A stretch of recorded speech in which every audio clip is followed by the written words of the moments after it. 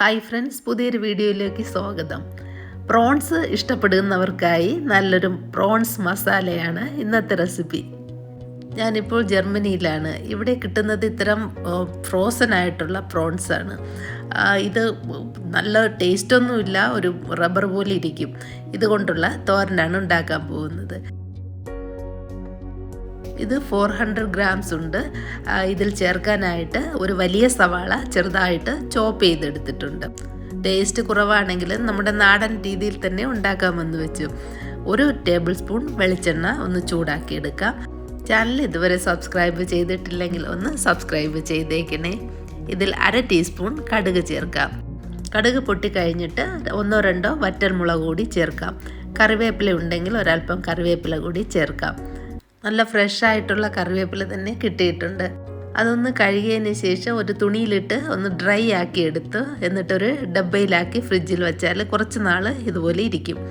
ഇതിൽ നമ്മൾ ചോപ്പ് ചെയ്ത് വെച്ച സവാള ചേർക്കാം. ഇതിൻ്റെ കൂടെ തന്നെ ഒരു വലിയ കഷ്ണം ഇഞ്ചിയും ചെറുതായിട്ട് അരിഞ്ഞു വെച്ചിട്ടുണ്ട്. ആ ഇഞ്ചി കൂടി ചേർക്കാം. നമ്മുടെ നാട്ടിൽ കിട്ടുന്ന ചെറിയ കൊഞ്ചുണ്ട്, നല്ല ചുമന്ന നിറത്തിലുള്ള, അതാണ് തോരത്തിന് ഏറ്റവും നല്ലത്. ഇതൊന്ന് നന്നായിട്ട് വഴറ്റിയെടുക്കണം. ആവശ്യത്തിനുള്ള ഉപ്പ് കൂടി ചേർക്കാം. എന്നിട്ട് നല്ലതുപോലെ വഴറ്റിയെടുക്കാം. ചെറിയ കൊഞ്ച് തീയലൊക്കെ വെച്ചാൽ നല്ല ടേസ്റ്റാണ്. വലിയ കൊഞ്ച് അത്രയ്ക്ക് ടേസ്റ്റ് കാണുകയില്ല. ഇപ്പോൾ ഇഞ്ചിയുടെ പച്ചമണമൊന്ന് മാറിയിട്ടുണ്ട്. അതുപോലെ സവാളയും ഒന്ന് വാടിയിട്ടുണ്ട്. ഇതിലിനി ആവശ്യത്തിനുള്ള മസാല ചേർക്കാം. 1/2 ടീസ്പൂൺ മഞ്ഞൾപ്പൊടി, 1/4 ടീസ്പൂണോളം മുളക് പൊടി, നല്ല എരിവുള്ള മുളക് പൊടിയാണിത്. 1/2 teaspoon pepper powder, 1/2 teaspoon garam masala.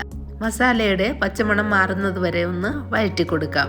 ഇപ്പോൾ നല്ല ഡ്രൈ ആയിട്ടാണ് ഇരിക്കുന്നത്. എണ്ണ ആവശ്യമാണെങ്കിൽ എണ്ണ ചേർക്കുക. ഞാനിതിൽ ടൊമാറ്റോ ചേർക്കുന്നുണ്ട്. ടൊമാറ്റോയോടൊപ്പം 2 പച്ചമുളക് കൂടി നീളത്തിൽ കീറിയിട്ടിട്ടുണ്ട്. ടൊമാറ്റോ നല്ലതുപോലെ വാടുന്നത് വരെ ഒന്ന് വഴറ്റിയെടുക്കാം. ടൊമാറ്റോ കൂടെ ചേർത്തത് കൊണ്ട് മസാല ഒട്ടും തന്നെ കരിയുകയില്ല. ഇതുപോലെ ചെറിയ ചെറിയ അഡ്ജസ്റ്റ്മെൻ്റ് ഒക്കെ നടത്തിയാൽ നമ്മുടെ എണ്ണയുടെ ഉപയോഗം വളരെയധികം കുറയ്ക്കാൻ സാധിക്കും. ഇപ്പോൾ മസാല നന്നായിട്ട് മൂത്തിട്ടുണ്ട്. ഇനി ഇതിൽ ഈ ചെമ്മീൻ ചേർക്കാം. ഇവിടുത്തെ ജർമ്മൻ കടകളിലും അതുപോലെ ഏഷ്യൻ കടകളിലൊക്കെ ഇഷ്ടംപോലെ ഇതുപോലെ ഫ്രോസൺ ഫിഷുകൾ കിട്ടാറുണ്ട്. പക്ഷേ എങ്ങനെയൊക്കെ വച്ചാലും യാതൊരു ടേസ്റ്റും ഇല്ലാത്തതാണിത്.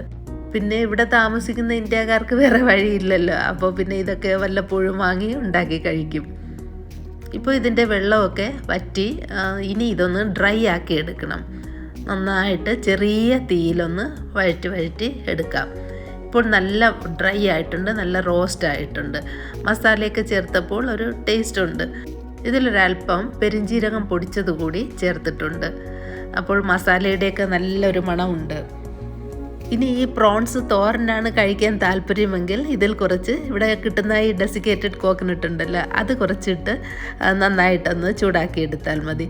തോരനാണ് ഉണ്ടാക്കാൻ ഉദ്ദേശിക്കുന്നെങ്കിൽ ഈ ഓരോ പ്രോൺസിനെയും 2-3 കഷ്ണങ്ങളായിട്ട് മുറിച്ചിട്ടാൽ കുറച്ചുകൂടി മസാലയൊക്കെ അതിൽ പിടിച്ച് കുറച്ചുകൂടി ടേസ്റ്റ് ആയിരിക്കും.